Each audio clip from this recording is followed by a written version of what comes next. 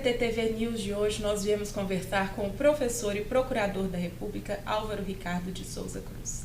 Obrigada por nos receber. Eu que agradeço, sempre muito feliz de estar presente aí nessa iniciativa do DCT. Posso te chamar de você? Claro, com certeza. Então, Álvaro, vamos começar falando de história. Você tem muito domínio do assunto. Contextualize um pouco o nosso momento político e a história do Brasil. Olha, é uma situação assim, bastante interessante que a gente está vivenciando.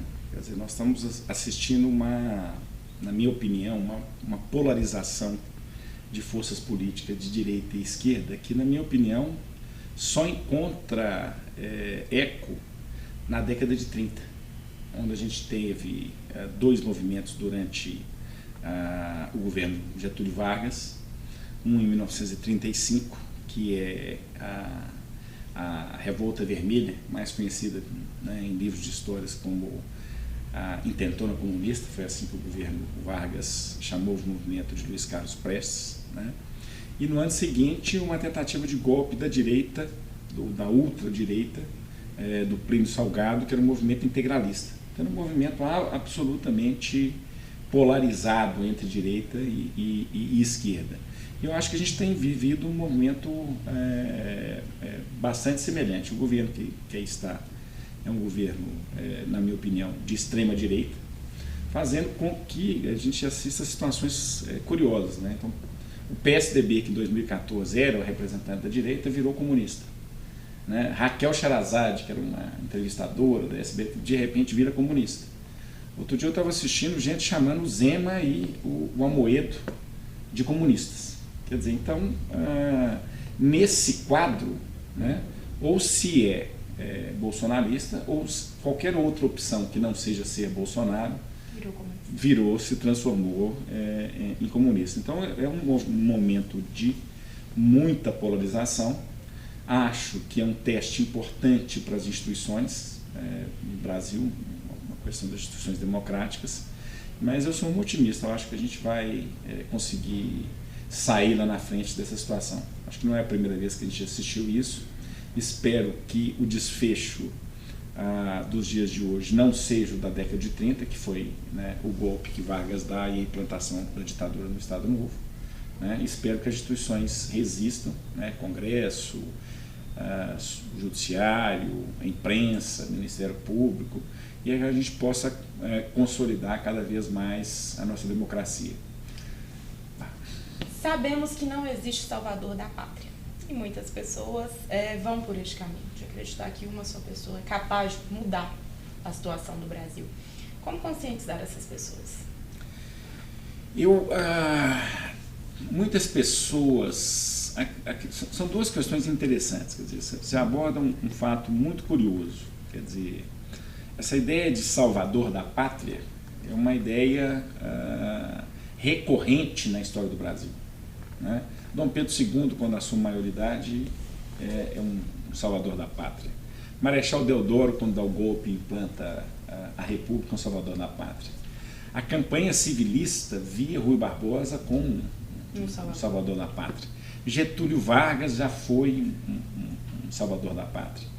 Instituições como o MDB, no período da redemocratização, era o salvador da pátria. A Constituição era a salvação das mazelas, de todos os nossos males.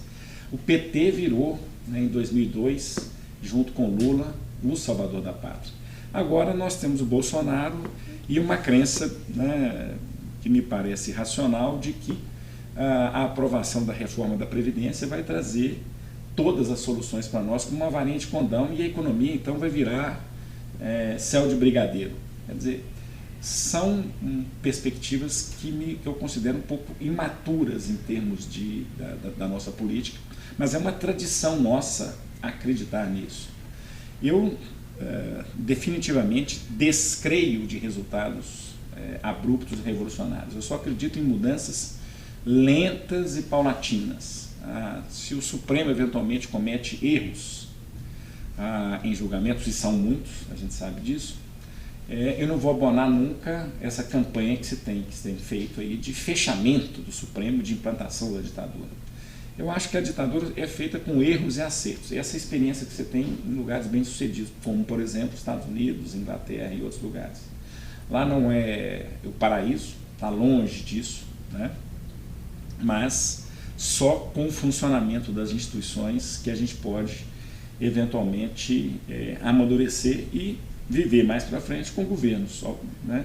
Ora de direita, ora de esquerda, mas as instituições prosseguirem funcionando regularmente com liberdade de expressão, liberdade de imprensa, com as coisas funcionando próximas, né? Nunca do jeito que a gente quer, mas próximas daquilo que a gente quer. E tendo essa lucidez que não é somente uma pessoa, né? Isso, com certeza. Você tocou num ponto aí na sua resposta, Constituição. Agora, em outubro, nós completamos 31 anos, não é isso? E é uma Constituição muito bem escrita. Falta, talvez, efetividade? Olha... Ou não é uma Constituição muito bem escrita? Pode ficar à vontade na sua resposta. Não, eu acho que a nossa Constituição é uma Constituição do seu tempo. É uma Constituição, ela é curiosa, ela é uma Constituição que foi feita antes da queda do Muro de Berlim. Então, é uma Constituição que estabelece uma série de direitos fundamentais e talvez tenha algum tipo de problema no instante de ter elencado pouco os deveres fundamentais. Os cidadãos têm muitos direitos, né, e poucos deveres. Só que na prática esses direitos nossos, especialmente os direitos sociais, estão absolutamente longe de estarem efetivados. Nos anos 90 passou-se a acreditar que o judiciário, por varinha de condão, né, poderia implementar esses direitos fundamentais. Era um movimento chamado de movimento do constitucionalismo da efetividade social. Hoje em dia a gente percebe, de uma forma mais clara, de que essa ideia do judiciário corrigir tudo é uma ideia errônea. Né? Você tem um trabalho de um argentino chamado Iskarov, mostrando que as cortes constitucionais no mundo são campeãs em defesa de direitos individuais. Então, se vê uma discussão sobre direito de mulheres, homossexuais, negros, né? São campeãs na defesa disso. Mas quando quando vão discutir questões ou temas relativos a direitos sociais, como reforma trabalhista, a alocação de indígenas, de quilombolas e de outras minorias, as cortes são extremamente, no mínimo, parcimoniosas em defender. Então eu defendo o negro pode falar, mas eu não vou defender se o negro pode ter moradia, ou se ele vai ter emprego, ou coisa que o seja. A mesma coisa para a mulher, a mesma coisa, né, para o portador de deficiência, etc. e tal. Então o judiciário não trouxe essa defesa. E nós estamos vivendo um momento que eu acredito assim, curioso, porque com essa guinada à direita, passou-se a estabelecer um discurso que é dominante, que é um discurso de fundo liberal, de que o Estado é ineficiente e que ele precisa, de alguma forma, assumir as práticas ou as boas práticas de eficiência da iniciativa privada. Só que tem um italiano chamado Cassese que diz o seguinte: olha, o objetivo do Estado é o mesmo da iniciativa privada, é lucro sempre. Se for, a gente vai implantar a mesma lógica pode ser implantada. E o grande problema é que o Estado vem sendo apropriado, né, pela iniciativa privada. Vou te dar um exemplo simples, ou dois exemplos simples. Um é da PPP. As PPP só funcionam se são extremamente lucrativas para a iniciativa privada. Caso contrário, por exemplo, em concessões de estrada, as empresas largam, né, aqui, como por exemplo o caso da CCR. Sim, esse é um exemplo. Um outro exemplo incrível que nós estamos assistindo aqui em Minas Gerais, né? O governo Zema criou uma nova forma de se fazer política, a nova política do novo, né? Antigamente, em outros governos, as pessoas preenchiam os cargos comissionados ou com critérios técnicos ou com critérios políticos, mas era o governante que indicava essas pessoas diretamente. O Zema falou: nós vamos criar um momento novo, né? Nós somos a nova política, nós vamos contratar uma empresa que vai receber currículos e vai examinar, de acordo com o aspecto técnico, né, o mérito dessas pessoas para nomear. Ótimo, né? Só que a pergunta é: como essa empresa foi contratada? Houve licitação para a contratação dessa empresa? E o que está se descobrindo agora é que a empresa tem como proprietária Renata Vilhena, que é ligada ao PSDB. E só vai contratando pessoas do PSDB para o governo atual. Então a nova política, de novo, está parecendo que não é tão nova assim. Então acho que te respondi a... Conversa para inglês. Exato. Professor, você entra em assuntos que são muito polêmicos. E quando você fala de direitos humanos, talvez esteja faltando humanidade, até mesmo os governantes, para que a população seja de fato atendida. Esse processo da comunicação, ele é complexo, porque ao mesmo tempo que ele mostra às pessoas que o político, ele talvez venha com um discurso do novo e não existe o novo, ele também dá muita voz a quem não deveria ter. Como vai acontecer daqui para frente no nosso país essa questão de fake news e essas notícias que cada vez mais dão visibilidade às pessoas e a sociedade não sabe o que está acontecendo? Olha, esse é um fenômeno muito interessante que a gente está assistindo, não é só no Brasil, né? Se você olhar a forma pela qual nós tivemos uma polarização política nos Estados Unidos, que nos últimos 15 anos, desde o governo Barack Obama, nós tivemos uma radicalização na política americana de uma forma absurda. Lá, acredito eu, né, de uma forma até mais aguda, né, não estou querendo dourar a pílula do racismo aqui no Brasil, não, muito pelo contrário, mas lá a questão do racismo ela é altamente problemática porque depois da Guerra da Secessão, né, o acordo entre democratas e republicanos, né, para estancar as feridas da guerra custou o nascimento do que a gente chama da legislação Jim Crow, que é uma legislação que era uma espécie de apartheid no sul dos Estados Unidos. Então essa legislação ela vai durar praticamente até os anos 60 do século passado. São 100 anos em função desse acordo político em excluir os negros da participação política.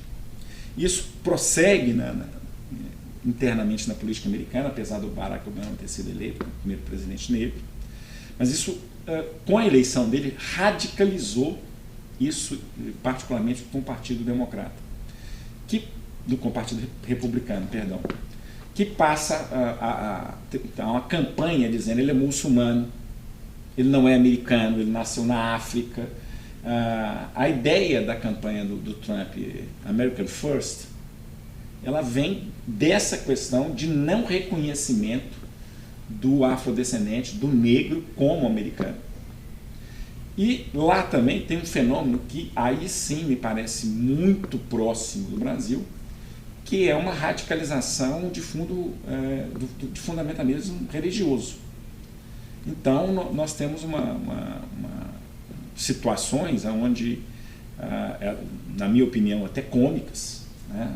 Uma ministra de Direitos Humanos falando que o grande problema do Brasil é que as meninas têm que acordar que a Frozen vai terminar sozinha no castelo de gelo, né? Porque ela é lésbica, né? E que nós precisamos acordar com a questão de educação porque o Bob Esponja é namorado do Patrick. Eu estou acostumado a brincar da forma como nós estamos caminhando, né? Eu estou com medo do pessoal passar a ver entre o Mickey e o Pluto zoofilia, que daqui a pouco as coisas vão caminhar para esse tipo de questão. Então esses dados de radicalização têm feito com que as pessoas acreditem em qualquer informação que tenham recebido por meios de comunicação, seja WhatsApp, seja Facebook, seja Instagram, quer dizer, desde que a informação esteja de acordo com aquilo que ela acredite, né? E é interessante porque a política fez com que as pessoas hoje se transformassem em torcedores. Né? Então aqui em Minas, né? Cruzeiro Atlético, Grêmio Internacional. Então eu sou mínimo ou eu sou petista. Quer dizer, não há nem espaço para a pessoa estar no meio do caminho e não estar apoiando nem um lado e nem outro, né? E a partir disso as pessoas acreditam em qualquer informação. né? Existe um livro muito interessante chamado A Morte da Verdade, que é o que tem feito está se transformando num problema de distorção da vontade geral, ou seja, da população, porque as pessoas têm elegido, as pessoas têm votado, têm tomado suas decisões em cima de informações as mais problemáticas possíveis. Ao mesmo tempo, né, essa questão da fake news, de alguma forma, tem feito com que as pessoas tenham procurado meios de comunicação que eles consideram sérios, então, UOL, Globo News, Folha de São Paulo, para evitar repassar informações erradas, ou inclusive para verificar se as informações são certas ou erradas. Nós temos então um outro fenômeno, né, que a gente precisa estudar, que é o monopólio da informação, ou o monopólio da verdade para poucos meios de comunicação. Então é um momento diferente.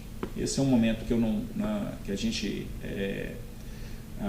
encontra de forma particular e de forma aguda, mas não é a primeira vez que a gente tem histórias de fake news, né, na história do Brasil. Vou contar só é claro que o impacto hoje é muito maior, mas só te conto uma curiosidade.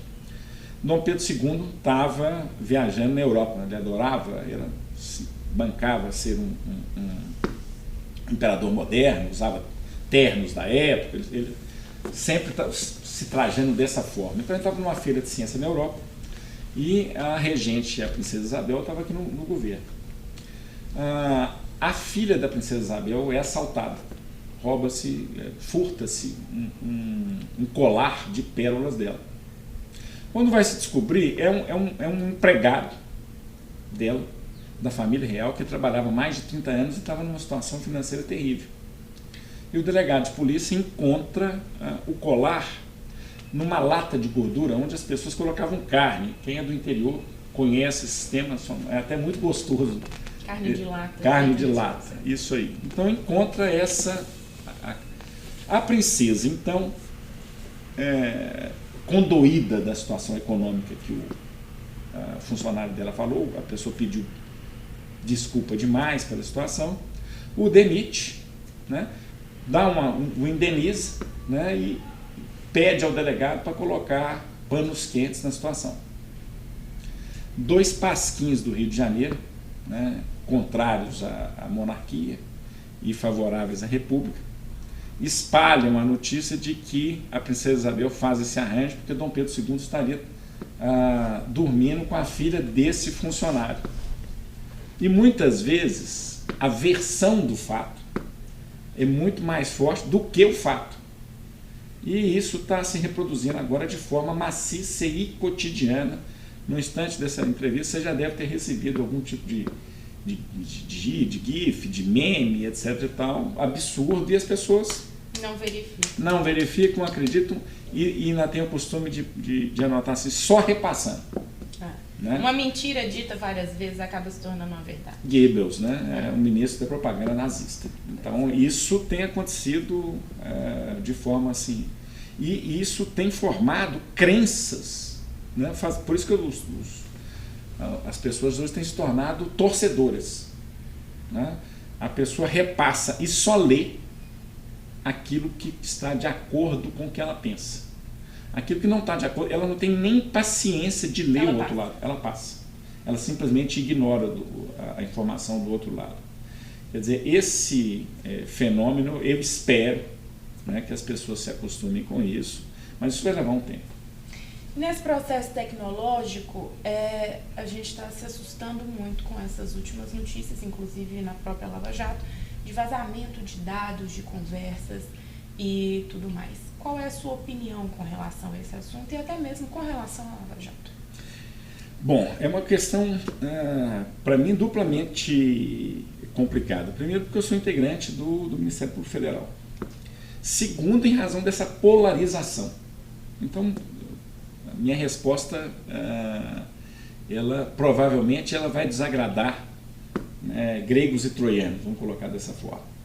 Em primeiro lugar, a obtenção da informação, né, caso seja real, né, é uma informação, um ataque, né, às instituições do Judiciário, do Ministério Público, que precisa ser investigado. Quer dizer, elas foram obtidas de forma ilícita. Muito bem. A questão é, isso pode ser usado a favor, por exemplo, do Lula, ou de outros integrantes da Lava Jato que estejam presos para conseguirem a reversão dos seus processos? Fosse eu ministro do Supremo, e viesse a julgar esse tipo de questão, eu denegaria o habeas corpus do Lula. Porque como o Sérgio Moro e o Dallagnol negam a veracidade dos fatos, eu não posso atestar aquilo como prova. Eu não posso reconhecer essas informações como prova. Eu posso até acreditar que elas sejam verdadeiras. Mas o direito é uma coisa interessante, porque existe uma expressão, um brocado, o que não está nos autos não está no mundo. Se não se provar, e a expectativa agora é que parece que existem áudios, se vierem áudios a questão muda de figura. Porque, por enquanto, o Sérgio Moro fala, eu não disse isso, eu não me lembro. O Dallagnol fala a mesma coisa. Então, se isso chegar no Judiciário, o Judiciário vai falar, isso é prova. Porque se considerar prova, se os áudios vierem, existe uma jurisprudência no Supremo que diz o seguinte, prova ilícita, porque a obtenção daquilo foi ilícito, obviamente, pode ser usado a favor do réu. Então, se vierem áudios e se atestarem áudios dizendo, olha, aconteceu esse tipo de informação, me parece que a questão muda de figura. Por quê? Porque, ao contrário do que o colega Dallagnol vem falando e que o Sérgio Moro vem falando, de que essas questões são comuns, são normais, na minha opinião não tem nada de normal, o que está rolando, porque se essas informações, esses diálogos forem verdadeiros, de fato houve aconselhamento da parte do juiz, o atual ministro Sérgio Moro, indicando quem vai ser ouvido, quem não vai, indicando etapas da operação, indicando esse vai ser investigado, esses não vão ser investigados. Quer dizer, se isso não é caso de suspeição, e a suspeição no processo penal decreta a nulidade do processo inteiro. Nós temos alguns casos no direito constitucional norte-americano até menos incisivos do que esse, e a Suprema Corte Americana anula os casos de cima a baixo de forma automática. Então, o que eu posso dizer? Olha, no momento atual, se isso viesse a ser levado para mim no julgamento do Supremo, eu não concederia a liberdade do Lula. Mas se os áudios trouxerem informações e uma perícia técnica indicar, não, são as vozes mesmo do Dallagnol, são as vozes mesmo do Moro e etc e tal, isso pode fazer com que a questão mude de figura. Então eu acho que estou desagradando todo mundo, porque acho que os petistas queriam que eu, no eventual julgamento do HC, concedesse automaticamente a liberdade em razão da campanha Lula livre. E do outro lado, ao dizer que eventualmente isso é sério, e que se vierem os áudios eu poderia mudar de opinião e conceder o habeas corpus, isso vai desagradar muito os minions, vai fazer uma... Então, eu acredito que a minha fala vai desagradar os dois lados, mas é a minha opinião. Como você mesmo disse, é a sua opinião e é muito importante que as pessoas saibam. E aí, professor, para terminarmos essa entrevista, somos um Instituto de Cidadania e Transparência. Diante de todo esse contexto que aqui conversamos, como fica a cidadania e transparência para a nossa sociedade? Olha, eu acho que esse tipo de iniciativa de vocês é uma iniciativa muito bacana, porque eu não sei se você observa como um fenômeno interessante, como é que os minions veem os petistas. Você tem vários memes dele como se fossem burros, escutando o cântico do Lula, eventualmente. E do outro lado, os petistas, quando veem os minions apoiando, por exemplo, o corte de verbas de universidades, acreditando que universidades são só balbúrdia, coisa de maconheiro e etc e tal, você tem também uma visão do petista que o minion é também um atrasado. O mesmo discurso é utilizado por minions e é utilizado por petistas. Eu acho que iniciativas como de vocês, de tentarem levar um pouco mais de refinamento nas discussões, para as pessoas terem um mínimo de distanciamento, né? E passarem a entender o que está acontecendo com um pouquinho menos de paixão, né? Eu acho que esse tipo de iniciativa é importante. Eu acho que tem um ditado antigo que fala que é de grão em grão que a galinha enche o papo. Eu acho que mais iniciativas como a de vocês é importante para a consolidação da cidadania e da transparência e da consolidação, essencialmente, do Estado Democrático de Direito no país. Acho que é fundamental. Parabéns pela iniciativa. Muito obrigada por nos receber e por conceder essa entrevista. Quem agradece sou eu. O IDCT TV News de hoje fica por aqui. Dúvidas, sugestões, você já sabe. Envie para comunicação@idct.org.br. Até semana que vem.